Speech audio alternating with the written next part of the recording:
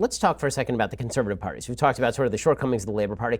First of all, most Americans hear Conservative Party and they think, okay, American conservative. What are the differences between European conservative parties, European right-wing parties, and the American Republican Party or American conservative ideology, do you think?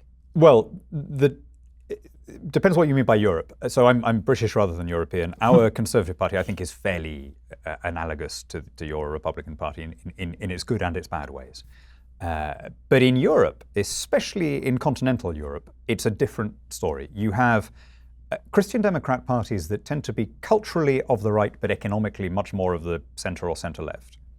And then you have liberal parties which are economically to the right, but are culturally to the centre or centre-left. So we as British Conservatives struggled for a long time to find a neat fit in continental Europe. There were no obvious allies for us.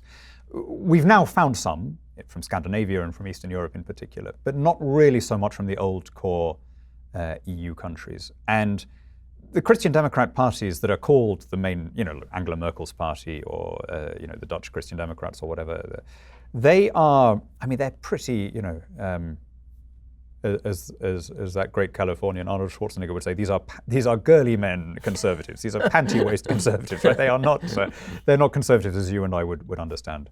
So when it comes to the UK Conservative Party, what does the party believe the role of government is? So it seems like the NHS, for example, is completely untouchable by both sides of the political aisle in Great Britain. Obviously, that is an issue of tremendous import in the United States when it comes to the role of government in healthcare, where the Republican Party used to, and I hope still will for the future, will stand against nationalized healthcare, but increasingly both parties are moving in that direction. Yeah, but the weirdest thing about that is that in both countries, defenders of, I don't think either of our countries has an especially good healthcare system, right?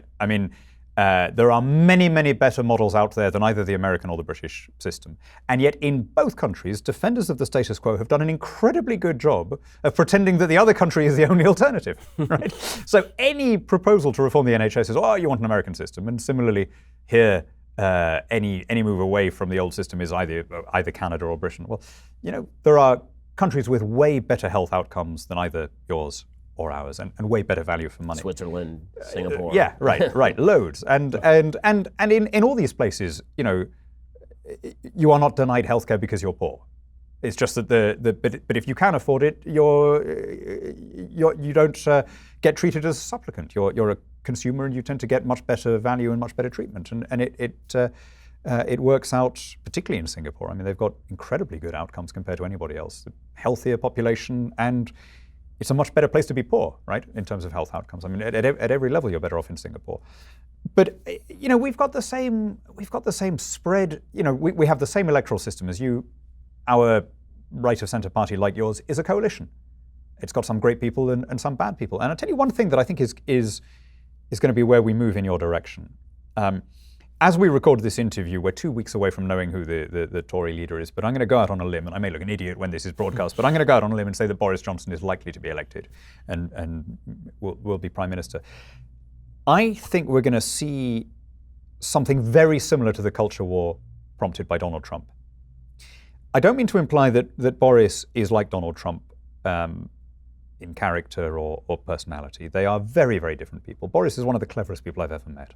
And I don't just mean in politics, I mean in life. He's a brilliant, brilliant man who is clever enough to understand that can intimidate people. So he clowns around a little bit and puts people at their ease, and it's kind of polite, right? Whereas I don't think that is true of Donald Trump. He is keen to tell everyone what a genius he is, but I've yet to see much independent evidence of it. Having said that, they do have this in common. They're both kind of outside their parties, and they both polarize opinion. And very quickly, the culture war ceases to be about them and becomes about whether you like or dislike the other side, right? And I don't think that's a good thing. I don't think it's been good for you, and I don't think it's going to be good for us. But it's the way politics is moving.